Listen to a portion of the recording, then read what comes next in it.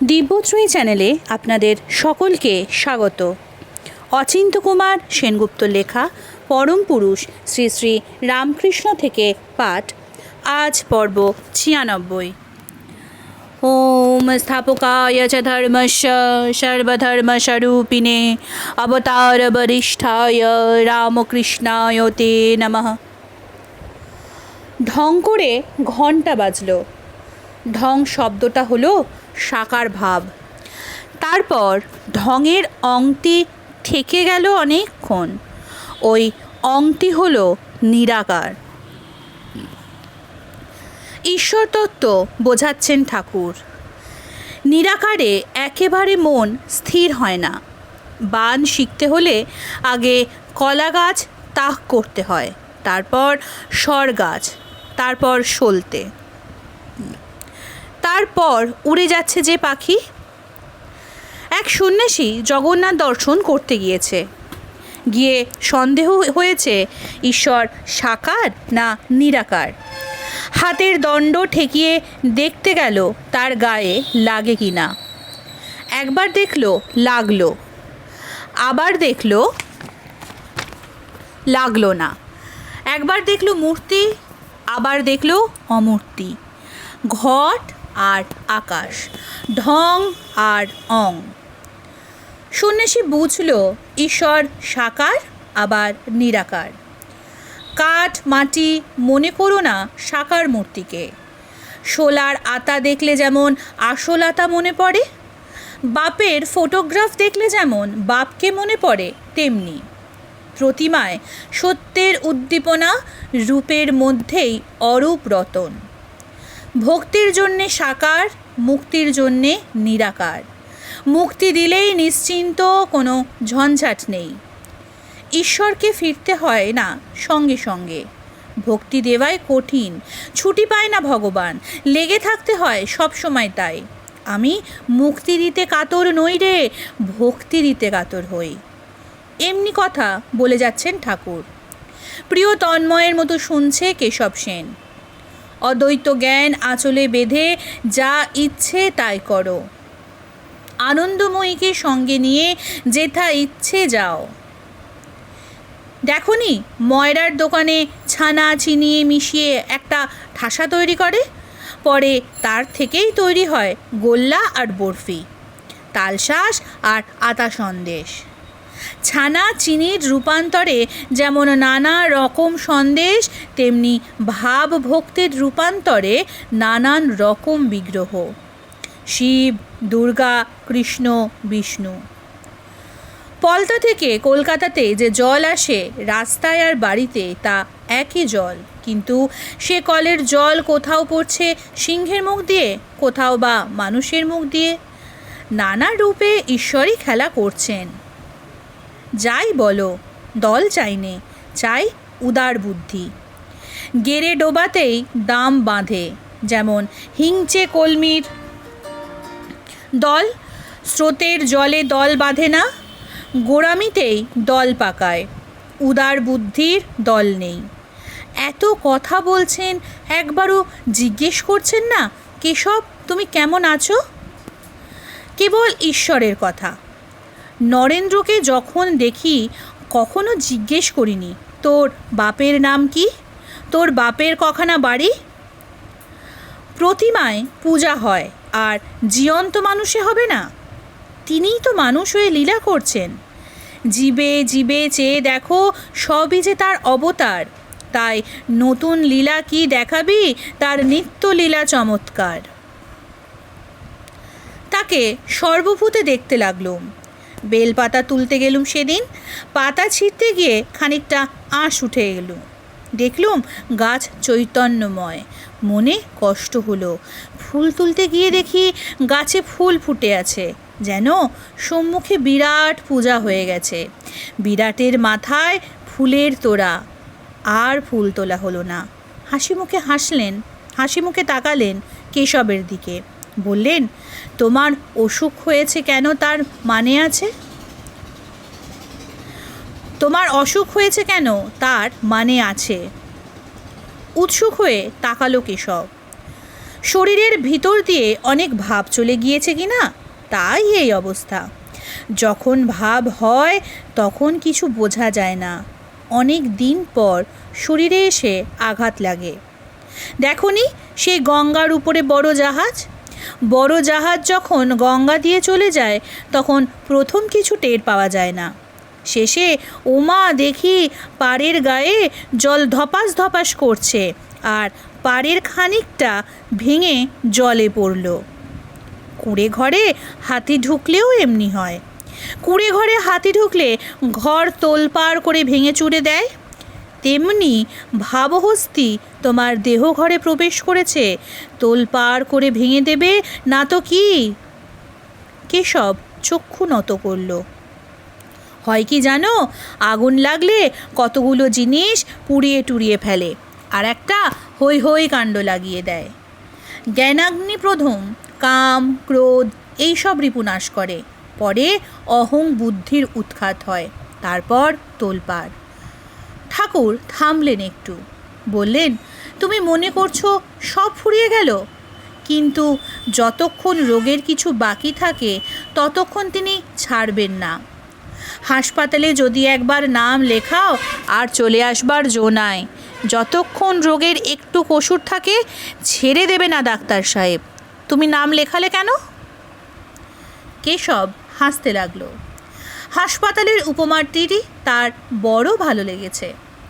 কত রোগী হাসপাতালে ঢুকে এসে জাঁক করে, কিন্তু যখন দেখে ইনচার্জ ডাক্তার কিছুতে ছাড়ে না তখন একদিন হাঁক বুঝে চম্পট দেয়। কেউ বা আবার চাদর বালিশ নিয়ে সরে পড়ে। কোথায় রোগ সারবে তা নয়, চুরি করে। ধর্মপথে এসে আবার জাহান্নামে যায়। তখন আমার দারুণ অসুখ, মাথায় যেন 2 লাখ পিঁপড়ে কামড়াচ্ছে, কিন্তু ঈশ্বরীয় কথায় বিরাম নেই। নাটাগড়ের রাম কবরেজ দেখতে এলো, সে এসে দেখে আমি বসে বিচার করছি। তখন সে বললে, এ কি পাগল, 2খানা হাড় নিয়ে বিচার করছে? সে খানদানি চাষা, সে চাষ করাই চায়, হাজা শুকো মানে না, আর কিছু জানে না সে চাষ ছাড়া। তেমনি জীবনের দৈন দুর্ভিক্ষেও হরিনাম ছাড়ে না। মা যদি সন্তানকে মারে, সন্তান মামা বলেই কাঁদে।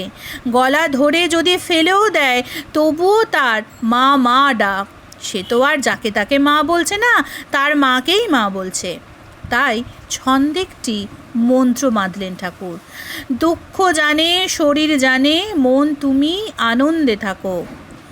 দুঃখ তো শরীরের ব্যাপার, আর মন তুমি তো আনন্দের মৌচাক।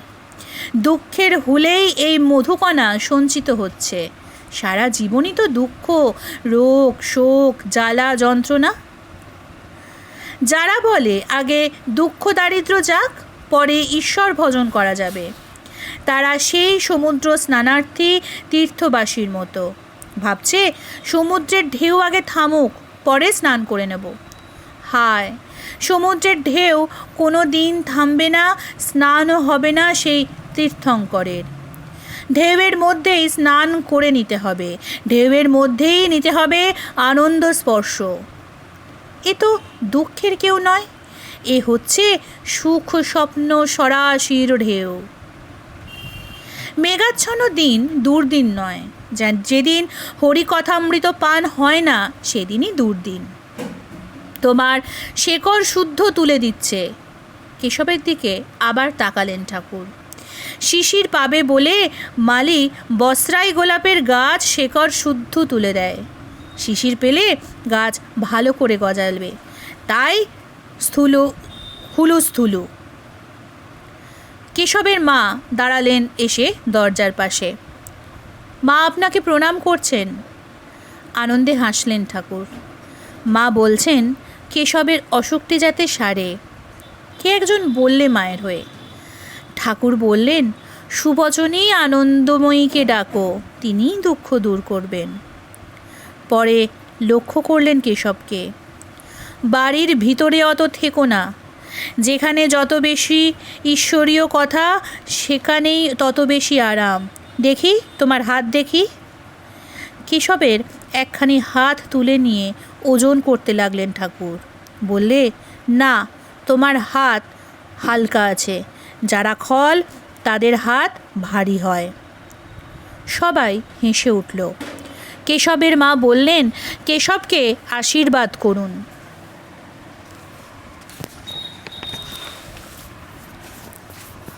আমার কি সাধ্য, তিনি আশীর্বাদ করবেন।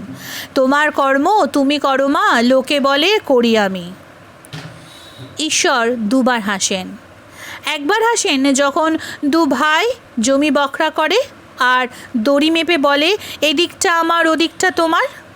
ঈশ্বর এই ভেবে হাসেন, আমার জগৎ তার খানিকটা মাটি নিয়ে আমার করছে। আরও একবার হাসেন, ছেলের সংকটাপন্ন অসুখ, মা কাঁদছে, বৈদ্য এসে বলে, ভয় কি মা, আমি ভালো করব। বৈদ্য জানে না ঈশ্বর যদি মারেন কার সাধ্য রক্ষা করে। কেশবের একটা কাশি উঠল। সে কাশি আর থামে না, কঠিন কষ্টকর কাশি। বুকের মধ্যে ব্যথার ধাক্কা লাগছে সকলের। বেগটা একটু থামতেই ভূমিষ্ঠ হয়ে প্রণাম করল ঠাকুরকে। দেয়াল ধরে ধরে চলে গেল আপন ঘরে, তার শেষ শয্যায়। কেশবের বড় ছেলেটিকে ঠাকুরের পাশে এনে বসালো অমৃত। বললে, এইটে কেশবের বড় ছেলে, আপনি আশীর্বাদ করুন। ও কি মাথায় হাত দিয়ে আশীর্বাদ করুন। আমার আশীর্বাদ করতে নেই বলে ছেলেটির সর্বাঙ্গে হাত বুলোতে লাগলেন ঠাকুর। অমৃত বললেন, আচ্ছা, তবে গায়ে হাত বুলোন। সে হাত মানেই তো অপরিমেয় করুণার পারাবার। অসুখ ভালো হোক ওসব কথা আমি বলতে পারি না, ও ক্ষমতা আমি মার কাছে চাইও না। মাকে শুধু বলি, মা আমাকে শুদ্ধা ভক্তি দাও। কেশবকে লক্ষ্য করে বলছেন, ইনি কি কম লোকগা, যারা টাকা চায় তারাও মানে, আবার সাধুতেও মানে। দয়ানন্দকে দেখেছিলাম, তখন বাগানে ছিল। কেশবের যাবার কথা, কেশব সেন করে ঘরবার করছে। কখন কেশব আসেন? মিষ্টিমুখ করলেন ঠাকুর। এইবার উঠবেন গাড়িতে। ব্রাহ্ম ভক্তেরা সঙ্গে এসে তুলে দিচ্ছে। সিঁড়ি দিয়ে নামবার সময় দেখলেন নিচে আলো নেই। বললেন ঠাকুর, এইসব জায়গা ভালো করে আলো দিতে হয়, আলো না দিলে দারিদ্র্য হয়। দেখো এরকমটি যেন আর না হয় কোনো দিন। অ্যালোপ্যাথিতে কিছু হচ্ছে না। ডাকা হলো মহেন্দ্রলাল সরকারকে। কিছুতে কিছু হবার নয়। তবু তারই মধ্যে বাড়ির একপাশে দেবালয় তৈরি করালো। প্রতিষ্ঠার দিনে উত্থান শক্তি নেই, তবু জোর করে নেমে এলো নিচে। একটা চেয়ারে বসিয়ে 4-5 জোরে ধরে নামালো অতি কষ্টে। বেদি এখনো শেষ হয়নি। না হোক, যা হয়েছে এই বেদিতে বসেই আমি উপাসনা করব। এসেছি মা তোমার ঘরে, ওরা আসতে বারণ করেছিল, কোনো মতে শরীরটা এনে ফেলেছি। এই দেবালয় তোমার ঘর, লক্ষ্মীর ঘর। আমার বড় সাধ ছিল কয়েকখানা ইট কুড়িয়ে এনে তোমাকে একখানা ঘর করে দিই। তুমি মা নিজেই স্বহস্তে ইট কুড়িয়ে এনে এই প্রশস্ত দেবালয় করিয়ে দিলে। এখন বড় স্বাদ, ঘরের এই রোয়াকে তোমার ভক্তবৃন্দ সঙ্গে নাচি। এই ঘরই আমার বৃন্দাবন, আমার কাশী মক্কা, আমার জেরুজালেম। মা আমার দয়া, মা আমার পুণ্য শান্তি, আমার শ্রী সৌন্দর্য, আমার সম্পদ স্বাস্থ্য। বিষম রোগযন্ত্রণার মধ্যে মা আমার আনন্দ সুধা। রোগের তাড়নায় দিন রাত আর্তনাদ করছে কেশব। সে নিদারুণ বেদনার নিবারণ নেই। শরীরের রক্ত দিলে যদি উপশম হতো, শত শত লোক দাঁড়িয়ে আছে বাইরে। মা আমার মুখ যেন তোমার নিন্দা না করে। তুমি আমাকে ভেঙে ভেঙে তোমার কোলের মধ্যে টেনে নিচ্ছ মা। বাবা আমার সাপেই তোমার এত যন্ত্রণা, সারদা সুন্দরী বললেন কাঁদতে কাঁদতে। মায়ের বুকে মাথা রাখল কেশব। বললেন, এমন কথা তুমি মুখেও এনো না। তোমার মতো মা কে পায়? তুমি আবার বড় ভালো মা। তোমার গর্ভে জন্মেই তো আমি এত ভালো হতে পেরেছি। কেশবের তিরোভাবের কথা জানানো হলো ঠাকুরকে। ঠাকুরের মনে হলো একটা অঙ্গ যেন পড়ে গেল। এমন কম্প এলো যে লেপ চাপা দিয়ে পড়ে রইলেন। তারপর 3 দিন বেহুঁশ। সিঁদুরে পটির মণিমল্লিকের ছেলেটি মারা গেছে। উপযুক্ত ছেলে, এ শোক রাখবার জায়গা নেই। ছেলেকে শ্মশানে পুড়িয়ে রেখে ঠাকুরের কাছে শটান এসে উপস্থিত। ঘর ভরা লোক, সব জিজ্ঞাসু চোখে তাকালো তার দিকে। ঠাকুরেরও চোখ পড়ল। জিজ্ঞেস করলেন, কি গো, আজ অমন শুকনো দেখছি কেন? ঝরঝর করে কেঁদে ফেললেন মণিমল্লিক। বললে, আমার ছেলেটি আজ মারা গেল, আসছি সব শেষ করে। সহসা সমস্ত ঘর বজ্রাঘাতের মতো স্তম্ভিত হয়ে রইল। ক্রমে ক্রমে নানা জনে নানান রকম সান্ত্বনার কথা আওড়াতে লাগলো, সব মামুলি বাজে কথা। কিন্তু ঠাকুর তো কিছু বলছেন না। এই দারুণ দহন শোকে তার কি একটু মৌখিক সহানুভূতিও পাওয়া যাবে না? ঠাকুর এত হৃদয়হীন? বুড়ো মণিমল্লিক আকুল হয়ে বিলাপ করতে লাগলো। ঠাকুর দুটো মিষ্টি কথাও বলবেন না, এ কঠোরতা যেন পুত্র শোকের চেয়েও দুঃসহ। কেঁদে কেঁদে শোকের কলসি খালি করল মণিমল্লিক। তখন সহসা তাল ঠুকে দাঁড়িয়ে অদ্ভুত তেজের সঙ্গে গান ধরলেন ঠাকুর।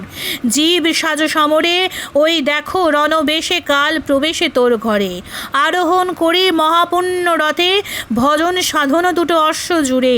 দিয়ে জ্ঞান ধনুকে টানো, ভক্তি ব্রহ্মবান সংযোগ কররে। মণিমোহন স্তব্ধ শোক হয়ে দাঁড়িয়ে রইল। কে পুত্র? কার পুত্র?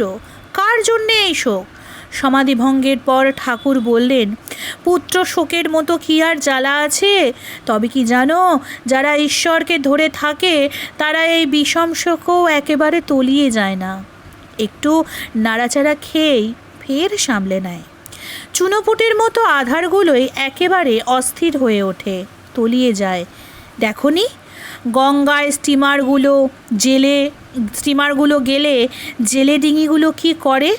মনে হয় যেন একেবারে গেল, আর সামলাতে পারলে না। কোনোখানা বা উল্টেই গেল। আর বড় বড় হাজার মুনে কিস্তিগুলো 2-4 বার টালমাটাল হয়ে যেমন তেমনি স্থির হলো। 2-4 বার নাড়াচাড়া কিন্তু খেতেই হবে। ঠাকুরের স্বরে বিষাদ গাম্ভীর্য। মানুষ সুখের আশায় সংসার করে, বিয়ে করলো, ছেলে হলো, সেই ছেলে আবার বড় হলো, তার বিয়ে দিলে দিন কতক বেশ চলল। তারপর এটার অসুখ, ওটার অসুখ, এটা মলো, ওটা বয়ে গেল, ভাবনা চিন্তায় এক বাক্যে বারে ব্যতিব্যস্ত। যত রস মরে তত একেবারে 10 ডাক ছাড়তে থাকে। দেখনি ভিয়েনের উনুনে কাঁচা সুদ্রির চেলাগুলো প্রথমটা বেশ জ্বলে, তারপর কাঠখানা যত পুড়ে আসে, কাঠের সব রসটা পিছনের দিকে দিয়ে ঠেলে বেরিয়ে গ্যাঁজলার মতো হয়ে ফুটতে থাকে, আর চুঁ চাঁ ফুস ফাঁস নানা রকম আওয়াজ হতে থাকে। সেই রকম। এই জন্যই তো আপনার কাছে ছুটে এলাম। বুঝলুম এ জ্বালার শান্ত করবার আর লোক নেই। ধাত্রী ভুবনমোহিনী মাঝে মাঝে ঠাকুরকে দর্শন করতে আসে। সকলের জিনিস খেতে পারেন না ঠাকুর, বিশেষত ডাক্তার কোবরেজ বা ধাত্রীর। অনেক যন্ত্রণা দেখেও তারা টাকা নেয় তার জন্যে। ভুবন এসেছিল, 25টা বোম্বাই আম আর সন্দেশ রসগোল্লা এনেছিল। বলছেন অধর সেনকে, আমায় বললে, আপনি একটা আম খাবে? আমি বললাম, আমার পেট ভার। আর সত্যিই দেখো না, একটা কচুরি সন্দেশ খেয়েই পেট কীরকম হয়ে গেছে। অন্য কথায় গেলেন তখনই। কেশব সেনের মা বোন এরা এসেছিল, তাই আবার খানিকটা নাচলাম। কি করি, ভারী শোক পেয়েছে। সেদিন আবার বললেন মাস্টার মশাইকে। কেশব সেনের মা এসেছিল, তাদের বাড়িতে ছোকরারা হরিনাম করলে। কেশবের মা তাদের প্রদক্ষিণ করে হাততালি দিতে লাগলো। দেখলাম শোকে কাতর হয়নি, এখানে এসে একাদশী করলে, মালাটি নিয়ে জপ করে, বেশ ভক্তি। ওম নিরঞ্জনং নিত্যমনন্তরূপং ভক্তানুকম্পাধৃতবিগ্রহং বৈ ঈশাবতারং পরমেশমিদ্যং তং রামকৃষ্ণং শিরসা নমামি। আজকের পর্ব এখানেই শেষ হলো। আগামী পর্ব আসবে আগামীকাল। নমস্কার, সঙ্গে থাকুন, সুস্থ থাকুন, ভালো থাকুন। জয় ঠাকুর।